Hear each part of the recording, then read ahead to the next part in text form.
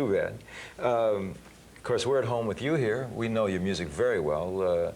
The history of Bob James is one that's well known to followers of jazz and popular music, but I was telling the producer of the show that I've been following you even longer. I'm old enough to know the records that you made originally on the Mercury label, the record, in fact, that was very outside, avant-garde kind of music at the time. As I told you, I finally found the one person who bought that album. I had the record. It's still in existence. But, of course, at that time, in the early 60s, you were thought of as an avant-garde musician, and now today you're a very popular player. Yeah, what's been thought of as avant-garde has changed so much. I get a kick out of the fact that we were doing electronic music, or what we called electronic music, in the early 60s, and then it was something that was so far removed from the pop world that people didn't even know what we were talking about when we did it. And about 10 or 15 years later, some more inventions came along, and all of a sudden there was the synthesizer, and electronic music became popular and was not outside at all. It was suddenly very inside. So I've been around to see both. Good point. It really is a question of time and place. What's outside in one moment can very well be thought of as inside or very acceptable. And in the world of videos, what we're seeing now, of all of these incredible effects are now part of the popular phenomenon, and people watch them and they don't really think of them as being avant-garde at all, but a lot of those experiments were being done 20, 30 years ago in more art film type of way. Nam June Paik and all these video pioneers. Also, I like just mentioning to the people at home that jazz players are the canaries in the coal mines, right? We sing first. So, having said that, you have really led the pop music revolution, particularly in the 70s in your association with the CTI label. Talk a little bit about working with Creed Taylor. It was a great thing for me because I had been working as a professional in New York. I'd finally gotten to a place where I was making a living, but I was pretty much doing production music for anything that people would call me on the phone for. And whatever you want, that's what I'll do. And mostly TV commercials and that kind of thing, like a lot of us did in the studios. But one day I got a call from Creed Taylor to be involved in a record that Quincy Jones was doing at the time called Walking in Space. And Quincy knew me and asked me to do an arrangement. So Creed Taylor found out that I was an arranger and also a pianist. And after a period of time, I became part of what at that time was a sort of a repertory group of jazz musicians, and we made a lot of records, and there was a escalation of popular appeal that came out of it, and all of a sudden I found myself part of it. It was very good timing. We will, of course, be back with more conversation and more talk about what is and what was popular. Right now, what is and what will be popular, we certainly hope, is the latest record from Bob James. It's called Ivory Coast. It's from Warner Brothers, and if you do stick around, a very special treat, because Bob James will perform on the acoustic piano right back there. So don't go away. Donald Fagen. It's called New Frontier here on New Visions. I'm Ben Sidran, about to brave another new frontier, pianist Bob James and adult situations.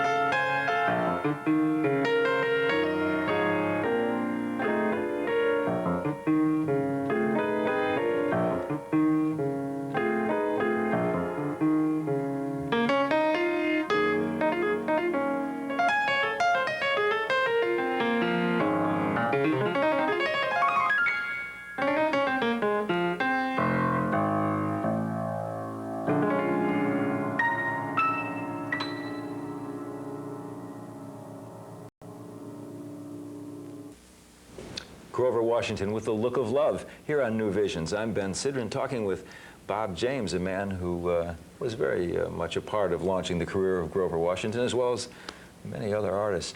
Recently, though, you've teamed up with a few artists who need no launching, who are stars in their own right. I'm thinking specifically of the latest record that you did on Warner's with David Sanborn. Great experience. When we were talking, we referred to the fact that I think our audience loves to get 2 for 1, and the bargain aspect of it, I guess, is good. But also, I noticed in the times that I've collaborated in that way that some pressure is taken off, and I think we relax more. When it's your own album and your own future, you tend to be thinking so much about how lots of different things that maybe you let slide because it's just fun. And that's the way the project with David Sanborn worked out for me, is that I thought we both relaxed and just made a record, and I think it shows in the end result. You've also been involved in, when you were working at CBS, a lot of pop records, overt pop records, Paul Simon and other pop artists. I think of you as a jazz musician who's also done commercial music, but what's it like for you to throw that switch and do what you would consider commercial music or popular music and then jazz? Is it all one thing to you, or is it 2 different things? How is it different?